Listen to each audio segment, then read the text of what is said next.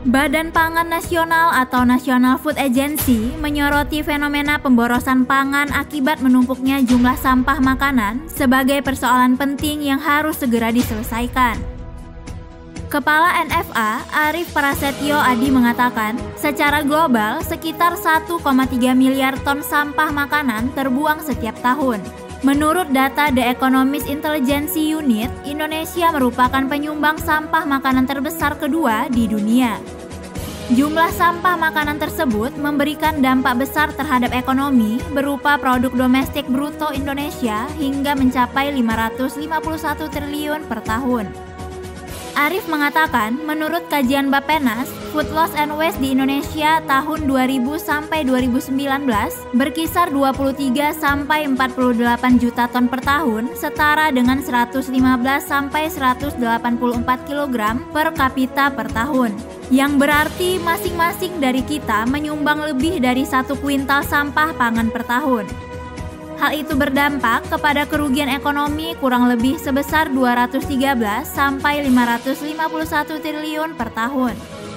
Padahal, potensi food loss and waste tersebut seharusnya dapat disalurkan untuk memberi makan 61 sampai 125 juta orang atau sekitar 29 sampai 47% populasi Indonesia.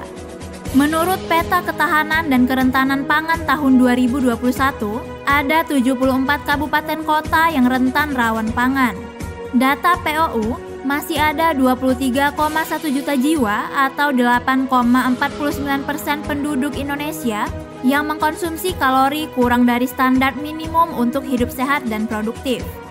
Arief menilai, fokus terhadap isu food loss and waste dapat sekaligus mengentaskan daerah rentan rawan pangan yang ada di Indonesia.